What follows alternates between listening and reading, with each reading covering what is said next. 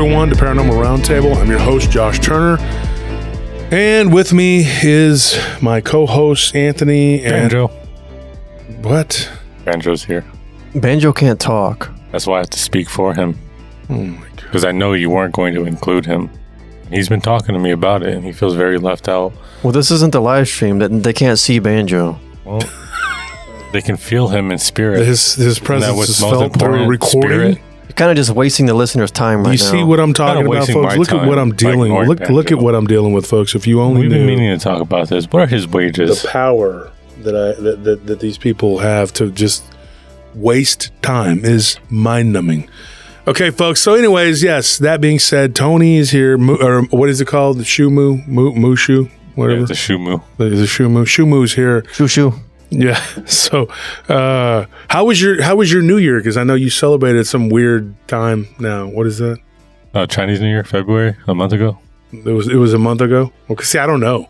Because the other day you said you were just getting a birthday present from your mom, so that would have been even further back in time. Well, I haven't been to her house in a while. So I didn't know what you were doing, so I was like, whatever, man. Yeah, she just got back from Vietnam, so that was she spent a little time over there. Oh, yeah, that's cool.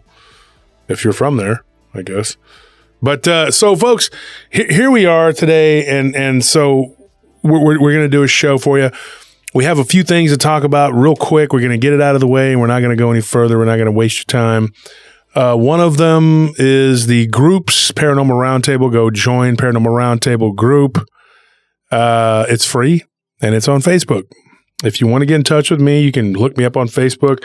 I have 2 Facebook accounts that are my personal ones. One of them I don't really use much, and it's just a picture of me in front of like banana wallpaper. That one, people are asking me, I've sent you a message on there now. And then the other one is of a Crusader. That's the one I usually use as my personal account.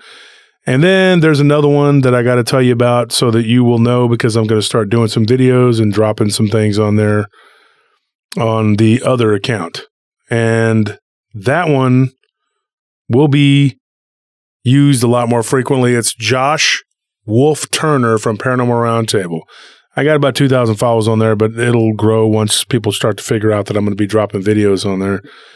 Just little things here and there. Some of it we're going to be doing, because I need to be able to have an account that I can have however many followers, whatever. I try to keep my personal Facebook account tight. I don't really accept friend requests from just too many random people. And after this whole mess that went on, I just kind of be careful about that. And I'm starting to get back into accepting people's requests. So yeah, go check it out. It's a fan page. It's Josh with like, I guess, apostrophes, Wolf Turner. I don't know exactly what they call it. Josh Wolf Turner fan page, something. I don't know. Yeah, no, it's this one. But it's a fan page on Facebook. Okay. So anyway, that's what's going on. So go in and hit it up, check it out. And I am Josh Turner 940 on Instagram. Hit me up there. And I don't really use X or Twitter, whatever it's called. I've just quit using that years ago. Now I know people do. But I'm just not into it. I have enough going on as it is. Also, we have a Patreon. If you're interested in helping out, being part of the show or helping out the show, we at this time are trying to get into doing some day and nighttime investigations where we go out and on location. We did it a few times and it was fun, but I don't have a good phone or good cameras, but I'm going to remedy that. Okay, that's going to happen. So if you want to help out, you can go to printful.com. Is it Printful? Well, you can find our merch store. If you're watching on YouTube and you expand the description, there should be a link down there. I think it's going to say shop or merch. I think it'll say shop. You just click on that link and it'll take you to the merchandise store. Yeah, and so you can go, and we're going to be getting some new merch in for the spring. It's coming up, and we got some new ideas. We got some camouflage shirts and different things like that. So go check it out. There's going to be some new stuff. The zip-up hoodies did really well. People really enjoyed those and liked those. It's a good way to support the show, and I love when people do that because they can go out and wear the merchandise and promote the show while they support it by purchasing it. So, but if you want to do a super chat like during this live stream, which it's kind of like a tip, you can do that too to help support this show. And you can do that on the live stream. Now, if you're listening to us on the podcast and you're not listening to us on the live stream, you're missing out because Friday, we have a guest. Saturday, I do the UAP Alien Abduction, Alien Agenda panel, which we have several people on there.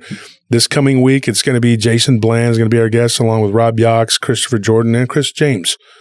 And we're going to do that on Saturday. Thursday, I'm on with Blondes and Booze, don't forget. And then, of course, Wednesday, which is tomorrow, there will be another show, and that is with a guest we have on every Wednesday. And so Wednesday and Friday are guests. One of them is an hour long with the podcast / YouTube, but the Friday is just YouTube. Saturday, the UAP, it's YouTube. And then Sunday, which a lot of people say is their favorite day, I retell people's encounters for 3 hours. And that is every Sunday on live stream on YouTube. Now, while we're on YouTube, we're moving things over to Rumble too. So that's happening. But here it is right here. We do it all. And now we're going to be doing investigations, going on location to the many, many places that we have been given sightings. People have told us encounters, and we retold them, or they've come on and told them themselves. So we're going to go visit these places. We're going to go check them out, and we're going to video it.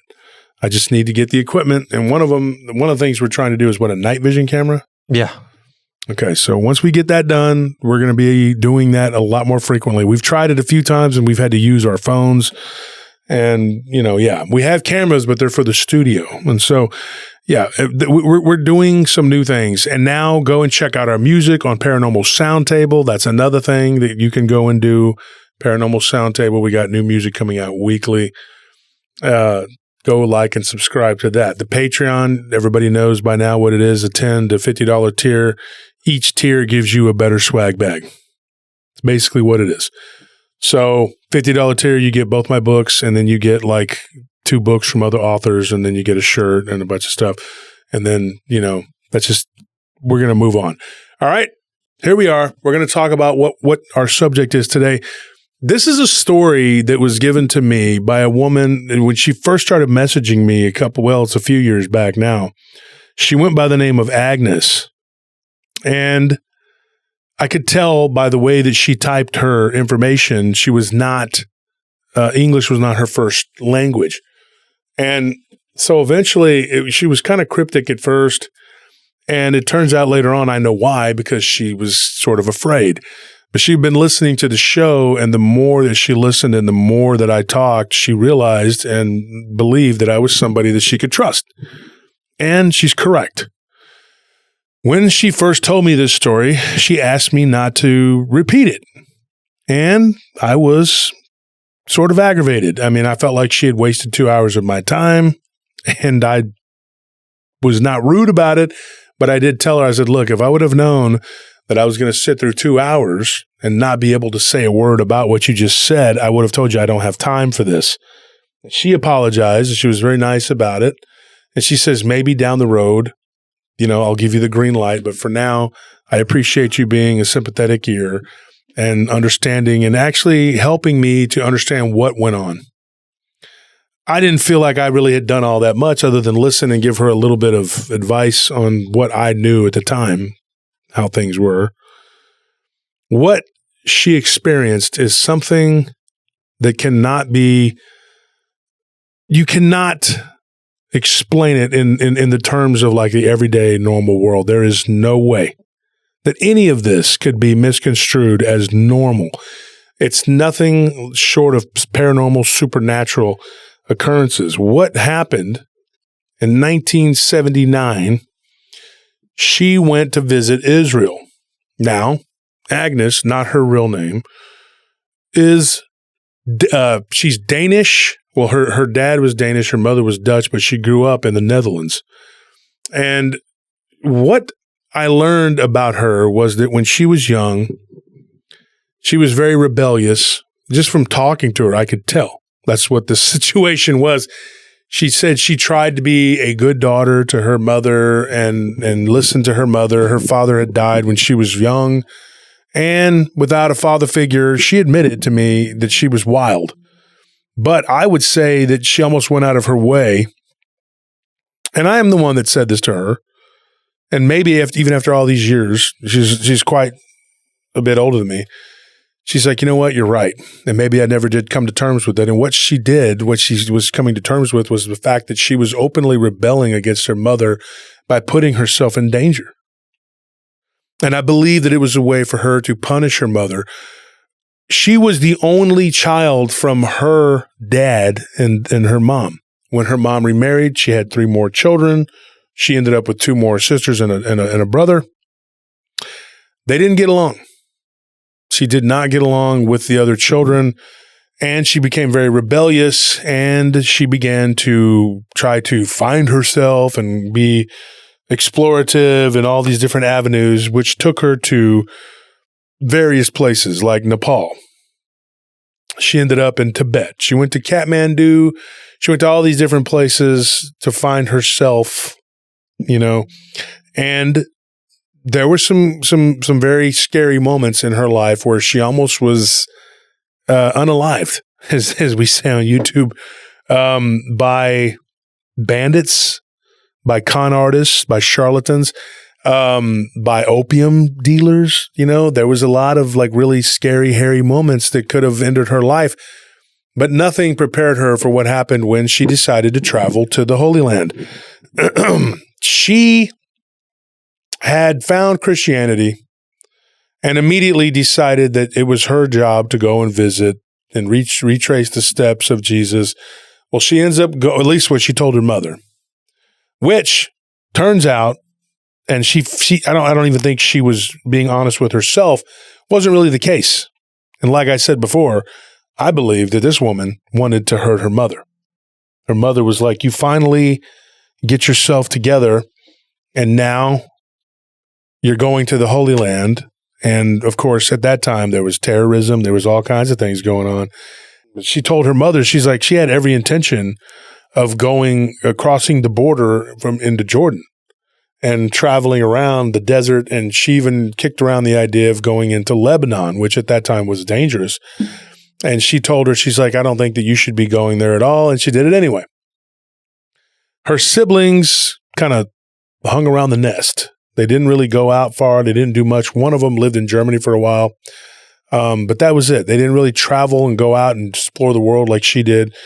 So she was the rebel, and she would come back and regale them with tales of her adventures or whatever. And she was very proud of her travels. This one, that was like nothing she had ever done before. When she went to the desert, that's when she learned about the horrors of the desert that surround Petra, especially in that time. She had gone to Israel, and she was told by the Israelis and the authority there, do not go into Jordan. It's not safe right now. And she ignored the advice. She hired some guides that were Bedouins, and they took her across the border. She was at a place called Masada. I don't know if a lot of people know what that is. Do you know what that is? Yeah, that's where the Jews made their last stands against the Romans. Yes, at Masada. Mm-hmm. And, of course, the general Titus defeated them. When you read Josephus, he's the one that it was called the Jewish War. Josephus, the historian, the Freeman historian of the Romans. But when you read about it, it's a very interesting story. And she was like very amazed by it. She went there. It's like a national park there in Israel, and she enjoyed it. And she said it galvanized me to go further and explore more.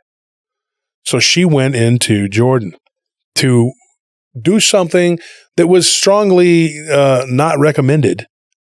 She decided that she was going to go with 4 guides, Bedouin guides, and they were going to take her into the desert and go into Petra. And what she wanted to do, and it was a little different back then than it is now. They didn't have like these guided tours like they do now. It's not the same. And it was shut down for a while because, of course, of terrorism and all these other things. She wanted to sneak in at night and stay there overnight in the ruins of Petra, which is strongly they're advised against. The authorities in Jordan will tell you that they themselves don't do it. And people will ask why. Well, Not necessarily superstition, but they do believe that it is haunted, and it is haunted in a very malevolent way. And the desert around there, they say that if you ever get broken down around Petra, to stay in your vehicle, don't go out. Because many people have had incidents where their vehicles, their batteries would go dead. And when they get out of their vehicle and they go walking around the desert, well, they disappear. There's a thing they call the Naguila. It's like typically a female spirit. And what it does is it attaches itself to you and devours your life force. You're slowly going insane. And you yourself know that this thing is attacking you, and you can see it and it's happening. But the people around you just think you're going crazy. This thing has an enemy. And oddly enough, believe it or not, it is basically a dog man. I kid you not. There is literally a creature that will go out and attack and kill and eat the Naguila. And it is a wolf that walks around on two legs. I'm not joking. These are some of the legends that are told by not only the citizens, but the Bedouins, the Berber, everybody that lives in that region. They'll tell you this is real. Whether they're from, Jordan, Lebanon, Israel, the Levant, full of these legends and stories. She didn't believe any of it. She told me that one time when she was using hash in Tibet, or in Nepal, that she saw a shadow demon, a thing that was sitting cross-legged from her, that appeared to be a person dressed like you would see like a modern-day genie, literally stand up and dissolve and turn into smoke and go up through the top of the tent that she was in. And she said even that didn't convince her that it was real. She thought, oh, it's a hallucination, even though 3 other people witnessed it. She said she was the kind of person that wasn't going to believe in anything because she was a strong-willed, strong-minded, independent woman. And nobody was going to convince her otherwise. That always ends well. Yeah. So she in 1979, being 25 years old, very young, very, very young, probably that's younger than you, right, Tony? 1 year. Yeah. Yeah. Very young person. So she decided that she was ready to take on the world and nobody was going to tell her otherwise.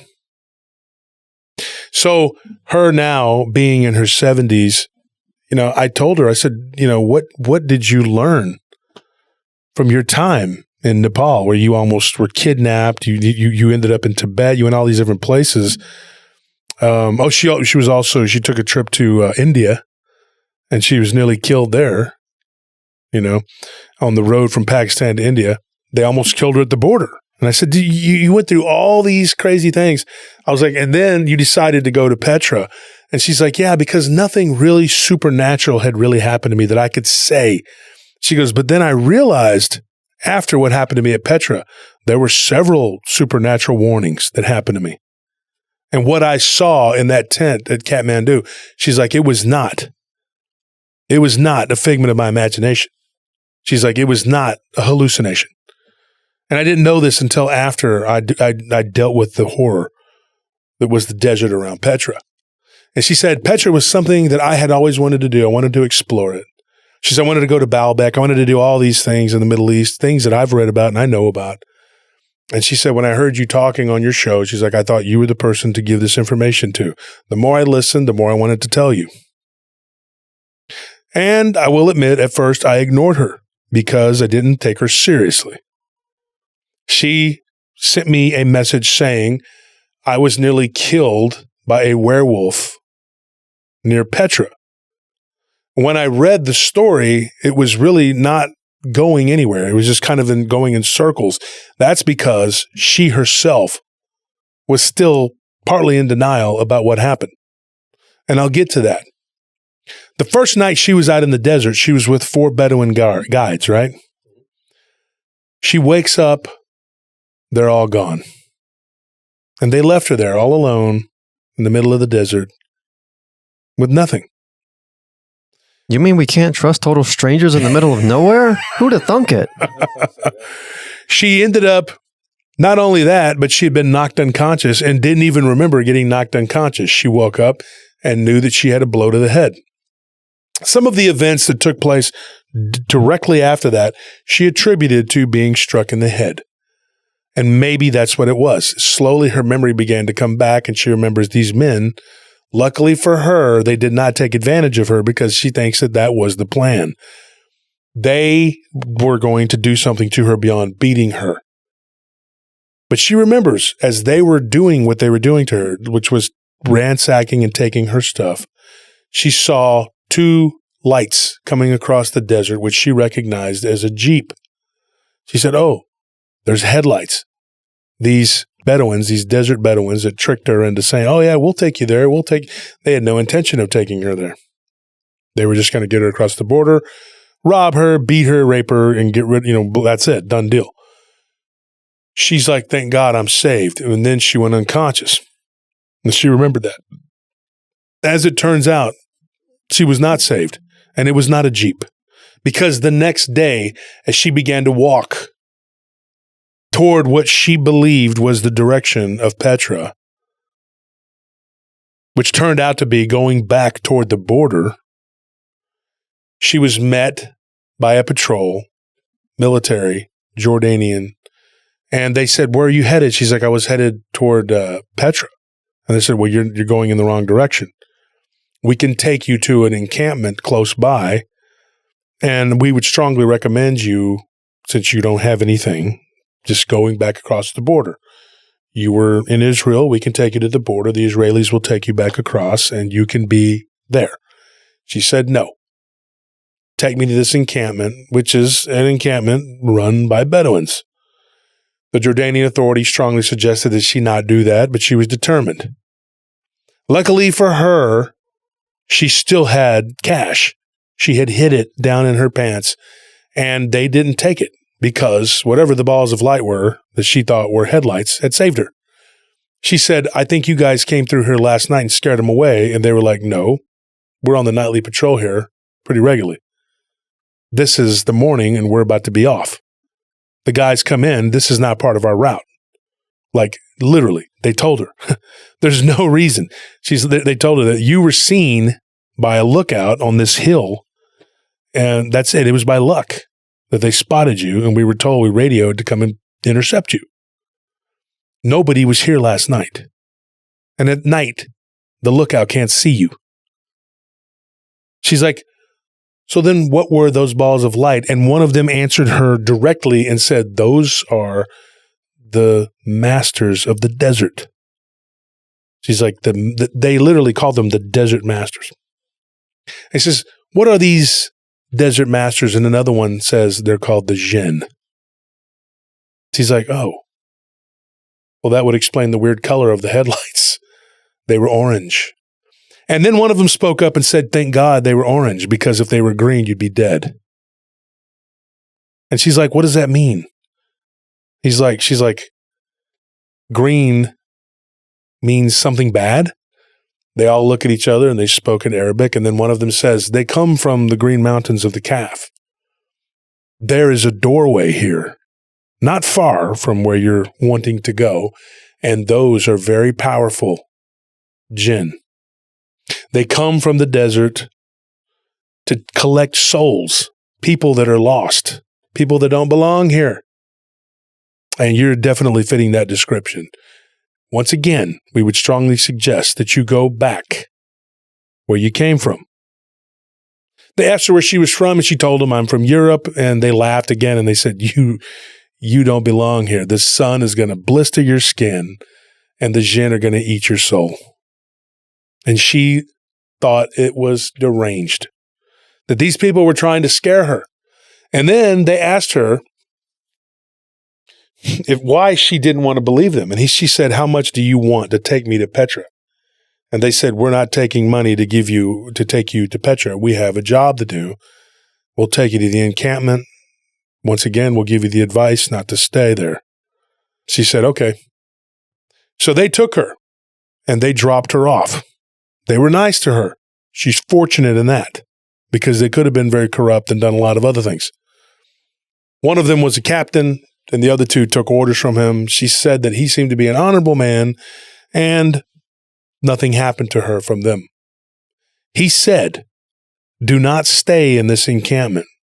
There's a caravan that comes through here every 2 days. When it comes through here tomorrow, get on it and go to Petra. Then leave. Do what you got to do. Don't be there at night. She said, okay. Then she gets to the encampment. She buys water and a few other things that she needs. And she meets a couple of people. By fortune, she was able to meet a couple other Europeans there at this encampment. They were an Austrian couple. They spoke perfect Arabic. She thought, these people, maybe, kindred spirits. When she told them where she was headed, they said they were coming back from Petra and that it was beautiful and they had a good time.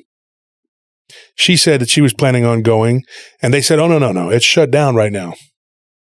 You can go and walk around, but only for 2 hours during the day, and then you have to leave. She's like, well, I'm going to stay there overnight. And they said, that's impossible. Nobody's going to let you do that. She says, well, I plan on sneaking in. And they told her, go ahead.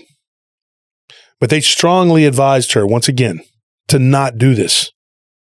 So when the caravan comes through, some tourists, different people, she gets on and joins. They take them within 10 miles of their destination. They drop her off, and they said the rest of the way there was a guide that would take them. The guide got really ill, began to vomit, and said he couldn't go on. 3 of the people in the group decided that they were going to push on to Petra. 3. 2 of them were the Austrian couple that said that they would go with her to make sure that she arrived safely. And then they were going to go back and then go back across the border into Israel. The other one was a Chinese student. Very nice guy whose name just happened to be Zhen. Coincidence. But he was a nice guy. And he said, look, I'll go with you. He's like, I'm doing a story on this, and it's for the Chinese, it's for the government. I'm going to write an article about this. And she said, okay. So he was a journalist, basically. And together, they decided to trek on, walking through the desert. They all became very, very, very hot, overheated.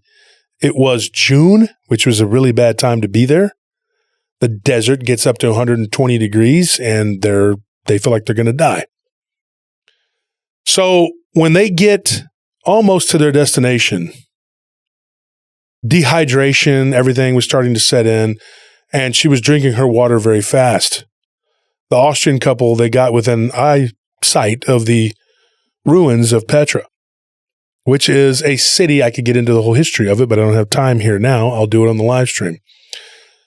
It's an abandoned city that sits up above or up into some cliffs. Like you can't really, there's just one way in, one way, you can't, it's built to be protected.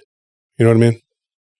So when they get close, the Austrian couple, they decide, they're like, look, you can go. We've been there. We're not going to go back. It just seems like something bad could happen. So you two can go on. We'll wait here. We'll camp here. So her and Jen decide to go into the city of Petra. At this time, it was 8 o'clock at night and almost getting dark. There were no guards there. There was no one. There were a lot of problems that were going on, and the Jordanian government was on high alert. There was a lot of issues happening between Israel, Palestine, Lebanon. There was all this upheaval with refugees and everything else. And so most of their manpower was near the borders. And they were also dealing with an insurrection. So there was not time for them to sit there and police this place. They told you, don't go there. You do it anyway. You do it at your own risk. It's like you go swimming at a place where people drown all the time. You shouldn't be doing it. You do it anyway. They go in. There was a fence. It was, but they just easily lifted it up, went under it, and they were inside. When they went inside, She said, almost immediately we got separated. She's like, and when I turned the corner, exploring my flashlight I had gotten at the encampment, she's like, I see this thing. She's like, this was really toward the front of this place. It didn't take long at all. And she was yelling out to her companion, who was nowhere to be found.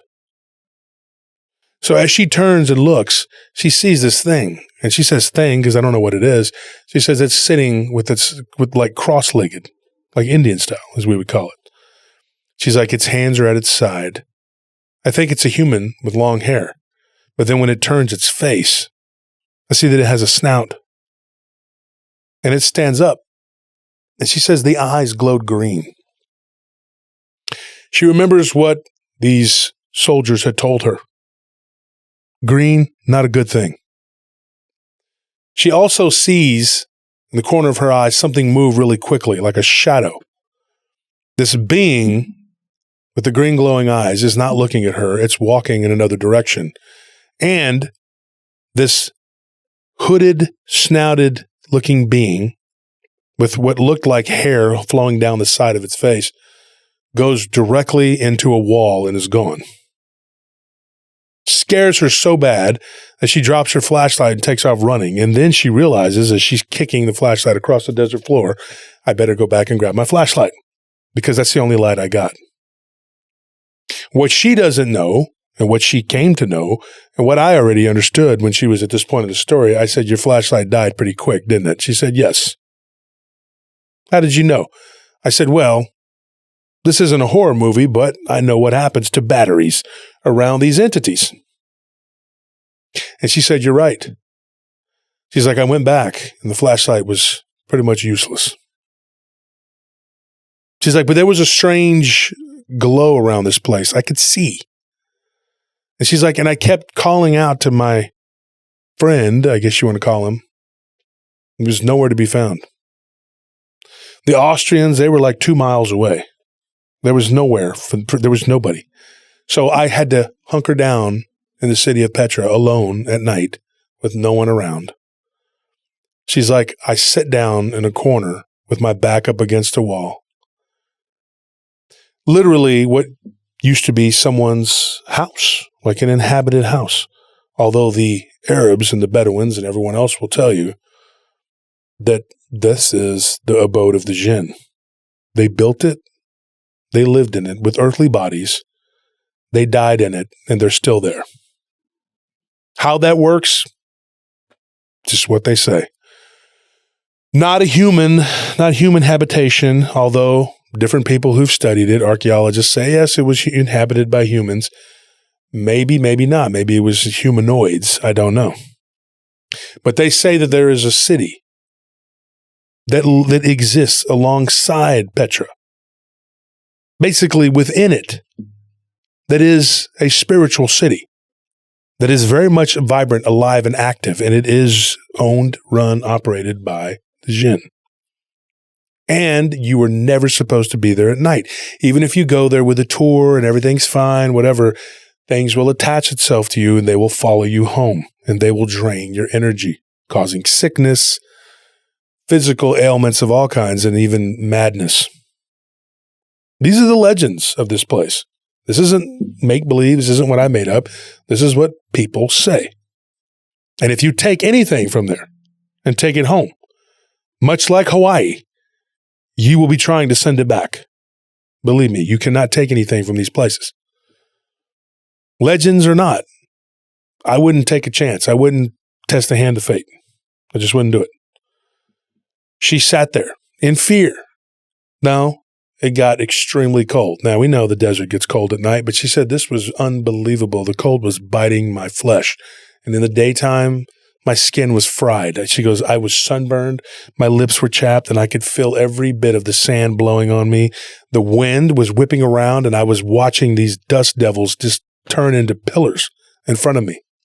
And out of one of these dust devils, she says, I see this black smoke swirl around and just drop to the ground and turn into what looks like a jackal-headed creature, reminiscent of Anubis. Walks directly towards her and begins to assault her. physically assault her, like punching, kicking, and hitting her. And at one point, even picking her up and biting part of her cheek off. This happened to this woman. She says, to this day, she says, I carry this scar. That part of my face is gone. She's like, I don't know what this thing was. It threw me against the wall. It cracked my skull. And by the grace of God, I lived. I laid there dying. She's like, and then I hear a voice as this thing is about to stomp my head. And it was like yelling, hey, hey. And she recognized it as one of the Austrian couple. It was the guy. She said he was a really nice guy. She said she heard him yelling. She said she couldn't remember. She's like, you couldn't even remember his name. It was like, Hans, something, very German name. She's like, to this day, I can't even remember. I just know that I heard him yelling and I saw him running up with the Chinese journalist. And I woke up and I was outside of Petra and I was in the dirt, in the sand. She's like, and I sat there going in and out of consciousness. And I tried to explain to them. And Jin had gone to get the couple to find her. He couldn't find her. He got turned around and he had a wild story to tell too. His story was somewhat like hers.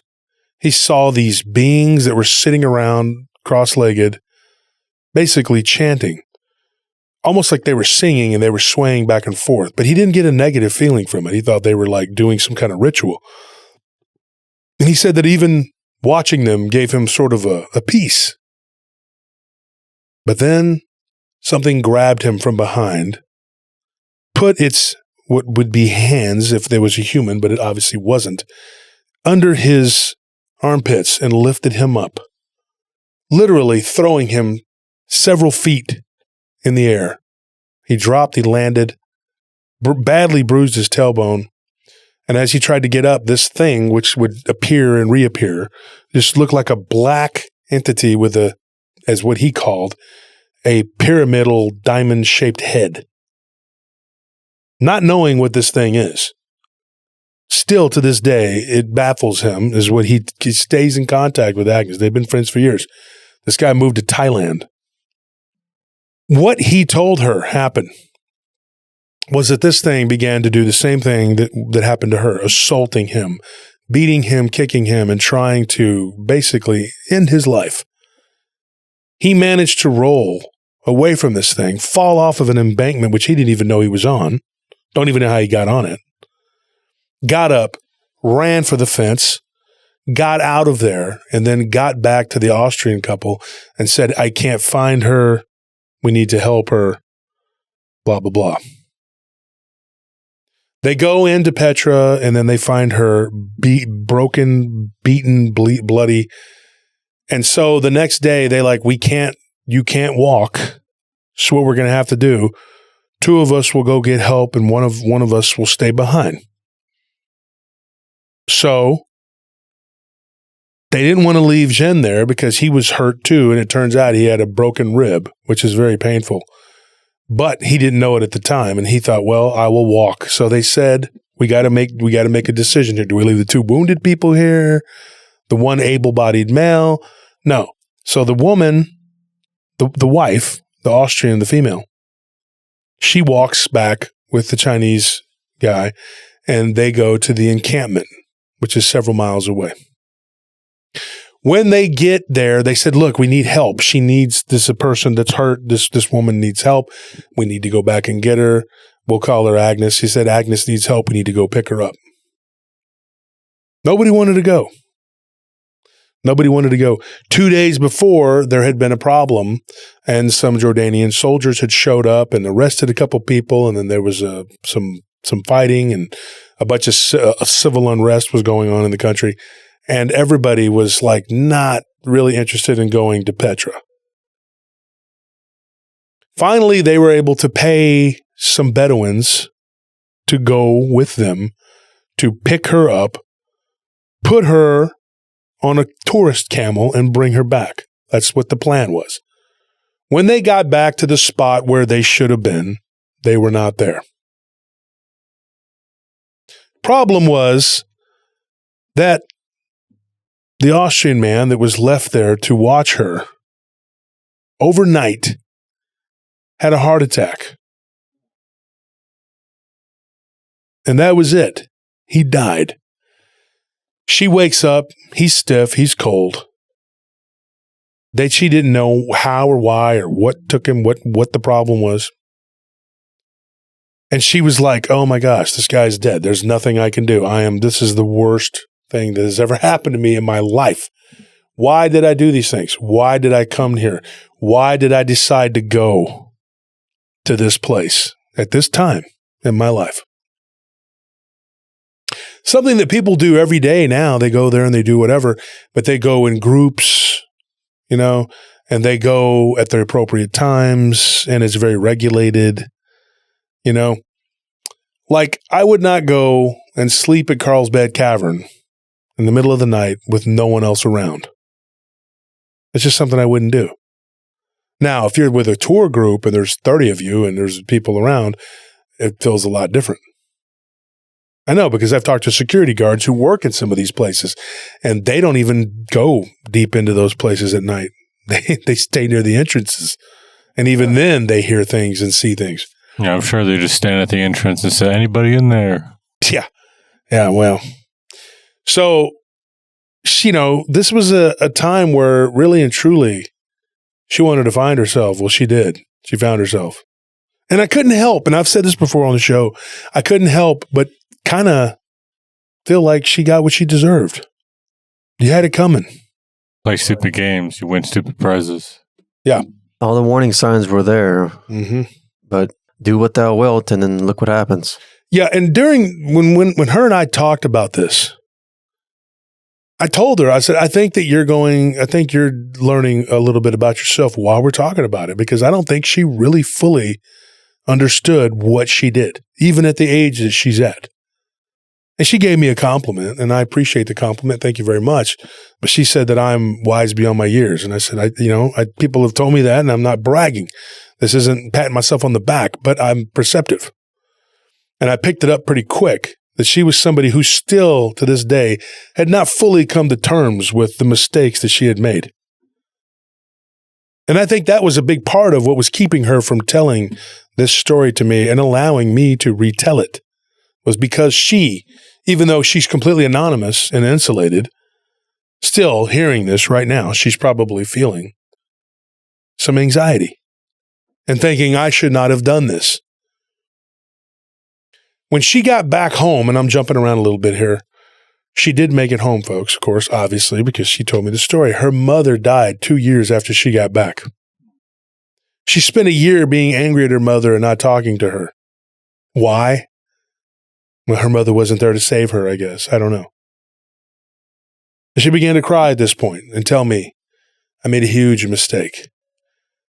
And I said, well, that's what happens, when you do what you're going to do, and she's like, at that point, she kind of challenged me, and this became contentious. And she says, don't you have any feelings? Don't you understand? I'm broken from this, And I said, yes, I do. We all make mistakes. I said, but you have to admit to them. You have to step up to the plate and say, I made a mistake and I was wrong. She's like, do you do that? I said, yes, I do it all the time. And I've done it on my show. We are human beings and we are fallible. We are not God. We're not gods of any shape or form. We're just humans. We're just souls inside of a flesh suit vehicle. I said, what you encountered was the real reality. I was like, and you and your friends are lucky that you didn't die, other than the Austrian gentleman. We'll call him Hans, because after she told me his name, but at the time she was so damaged in the head, she couldn't remember. And I said, after the blow to the head, you should have turned around and gone back. But that didn't stop you. I said, and then you're told by the military guys, hey, this isn't a good idea. And then the couple tells you, don't do this. And a man could still be alive if you hadn't had him there in the middle of the desert. And I said, what do you think about his heart attack?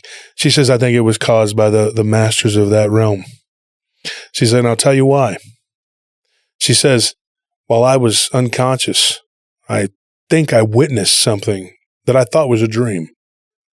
And I saw these two balls of light, these greenish, lime-colored lights come up out of the ground, zipping around one another, and landing on this guy's legs and on his head.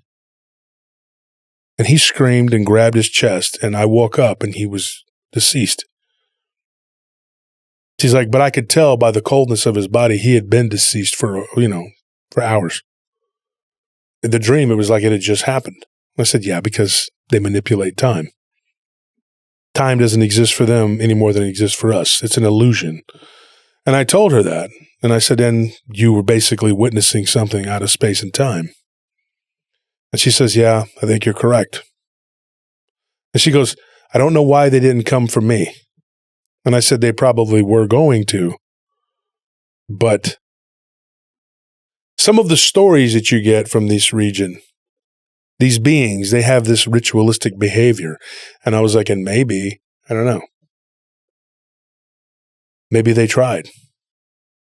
Maybe it was your job to stay alive to come back and tell this story. A cautionary tale, not just of the horrors that can await those that go into the desert and face these sand demons, whatever you want to call them, desert masters, jinn, demons, whatever. And I told her, I said, this is a cautionary tale about living in a constant state of rebellion. Yeah. And the consequences of those life choices.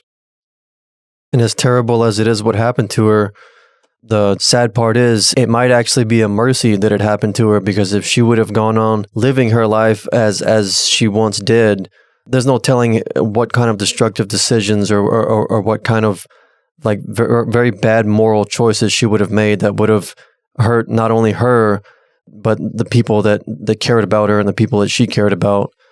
So I mean, it takes a lot for some people to change their ways and to learn and to snap out of whatever it is that they're doing that is just not correct.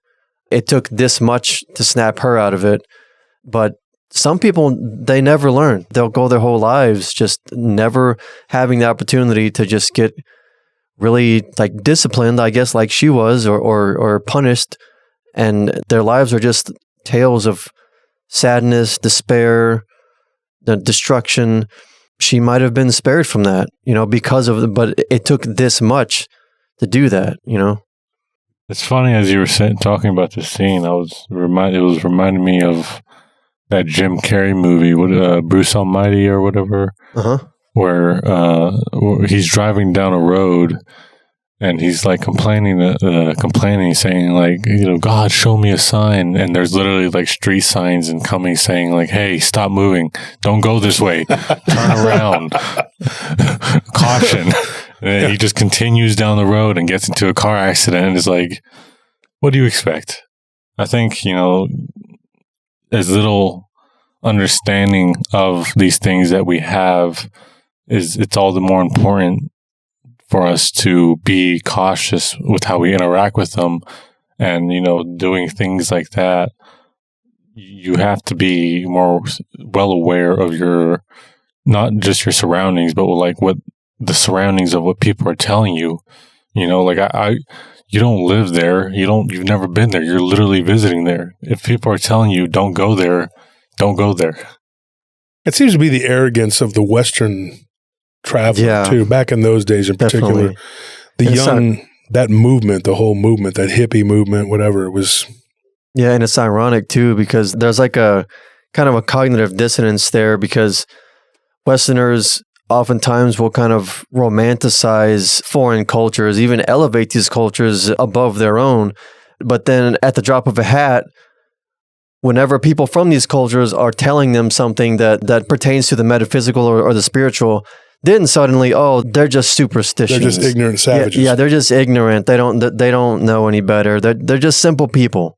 So which is it? Are they one with nature and great and intelligent and wise old sages, or are they backward primitive people? You can't have both. And we see that quite a bit with people, and in particular, we have several Native American friends who we've talked to, and even some of them we've interviewed. And some of them have told us, like these people, they pick and choose what to believe from us. Yeah.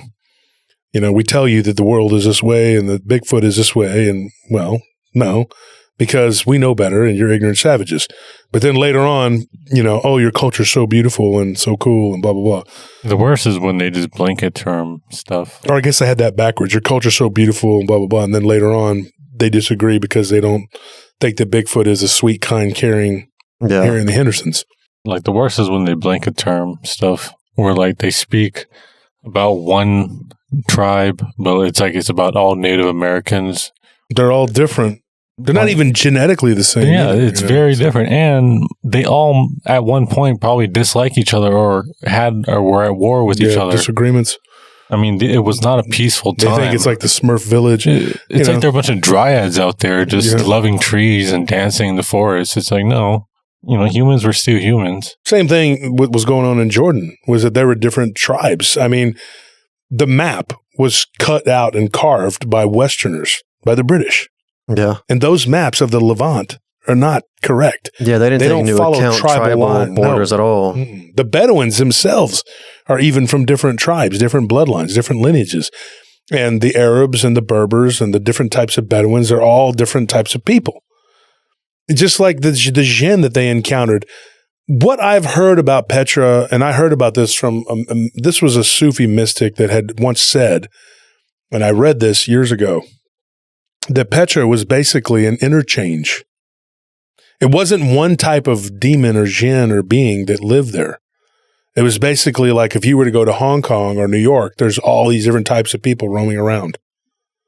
Imagine the spiritual flip side of one of those major cities, what kind of stuff you're going to see. Now, I'm going to talk about that at some point because I have someone who she can literally, and she's actually kind of proven this to me, she can see with second sight, and she can usually turn it off and on. And what she saw when she spent 4 days in Hong Kong blew her mind. So then she took off, flew around, visited some different places, and when she went to New York, she'd had enough. She saw things that were just, and this isn't the first time I've heard this, but this Sufi, what I read, and I remember reading this years ago, he was one of the people, I've talked about it on the show, who talked about how thought forms were one of the most dangerous things, because there's no laws that govern them. But he claimed that the land of Petra, that area, was inhabited by multiple different types of interdimensional beings. So it's like the spiritual equivalent of an international city. Like Hong Kong, Singapore, New York. Think about it, yeah. That's scary to think about. A melting pot of spirits. Just being in a major city is dangerous enough. Mm-hmm. Like physically a major city, but in a spiritual, interchange. Yeah. Who knows what they were seeing? And she stayed friends with that guy for over the years. He had traveled around and they became friends. And at one point, they even were boyfriend and girlfriend. He came to sit with her and be with her in the hospital. She grew fond of him. They went back and they spent some time together living in Denmark. And then they split up and he went off and, ended up in Thailand now. But even to this day, they stay in touch. They're friends. They're friends on Facebook. And I actually got to correspond with him. Not a whole lot. But he never went back to China, which created a problem for him, which I'm not going to get into. And the people that he was supposed to be with were supposed to stay in a designated area to wait for him. Doesn't know whatever happened to them. So his people were lost to the sand. The Austrian woman, she lost touch with her. The last she talked to her was in 1984. She was living in Hamburg, Germany. And she made really good friends with one of the people at the hospital in Israel. She was in Jordan for a while, and then she got sent to Tel Aviv, and she made really good friends with a person that was an Israeli, and talked about Petra having had been there once. She said the same thing. She's like, it's haunted.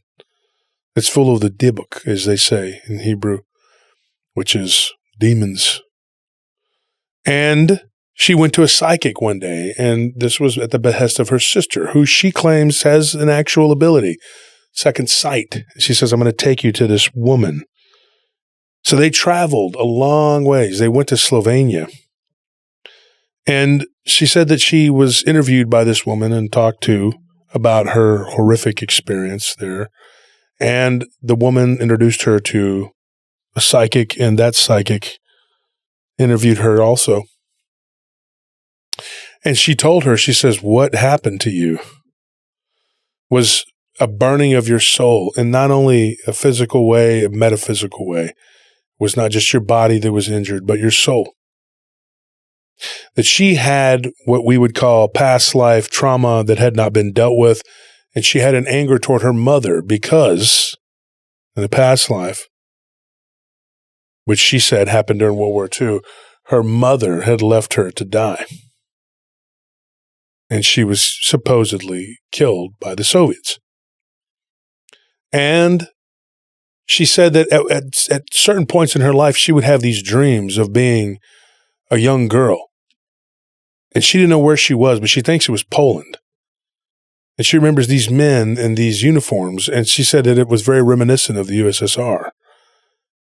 Red stars on their caps, and that they shot her. And that the person that was supposed to take care of her, her older sister, left her.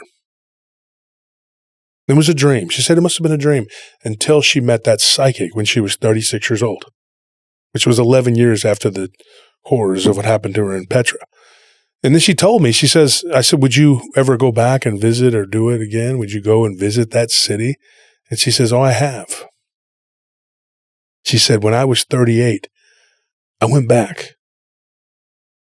I said, wow. For what? I don't know. She says that it gave her some sort of closure. I mean, she just went. She went with a back group during the day with she a went group, during right? the with a group during the day. She went to the spots where she believed she had the issues, but she said the city looked completely different than what she remembered it at night. Yeah, there's no way to really tell what kind of illusions to which you'd be subjected. And she said that she knew that the power of that place was real.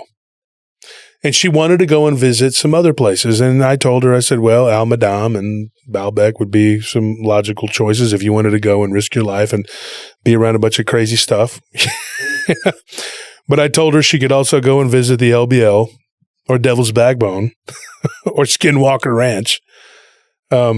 She's not an American, so she was kind of like, yeah, she's like, I thought about traveling to America and going to some places. The haunted forest of Japan, you know.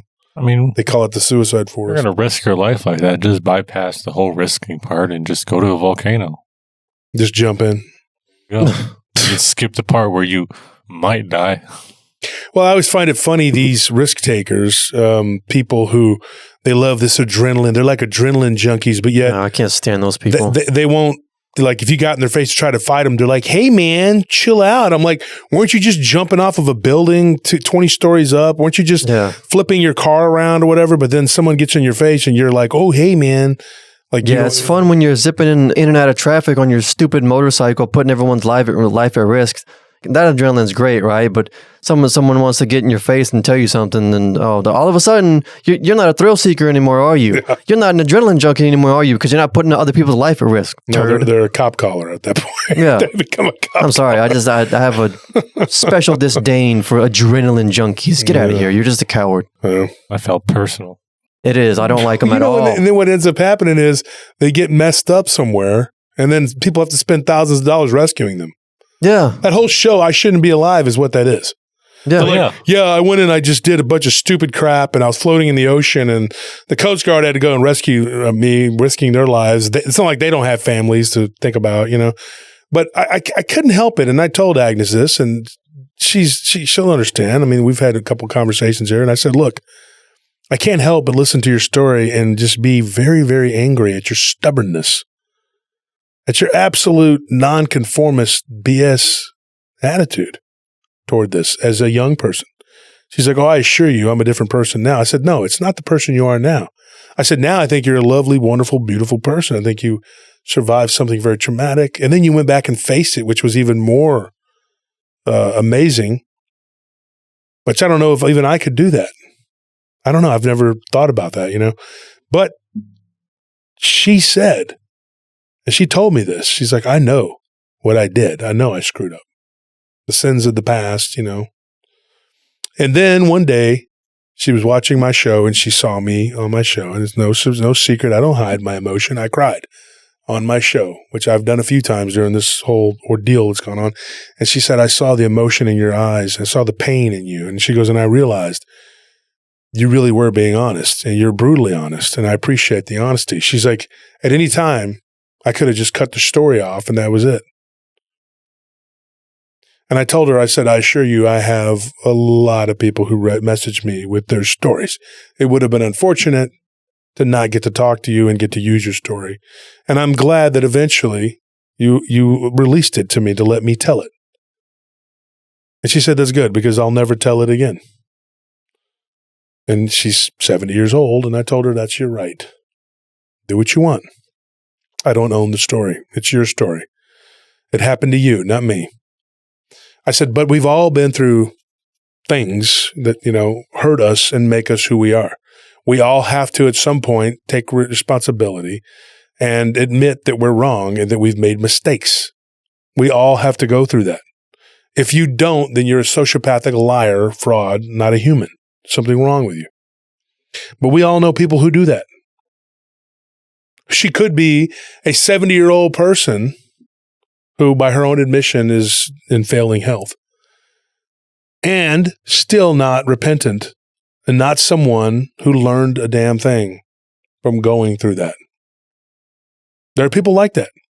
Oh, yeah, those are some of the most hopeless people. Just NPCs. People who've lived for 60, 70, 80 years and are still just doing the same immoral things and decisions that they were doing in their 20s, 30s. Never learned. So there is a lesson there, folks. You have to take personal responsibility. And she says she spent the rest of her life feeling bad for the things that happened there in the desert where she should never have been and probably never should have gone back. But she did it. She conquered her fear.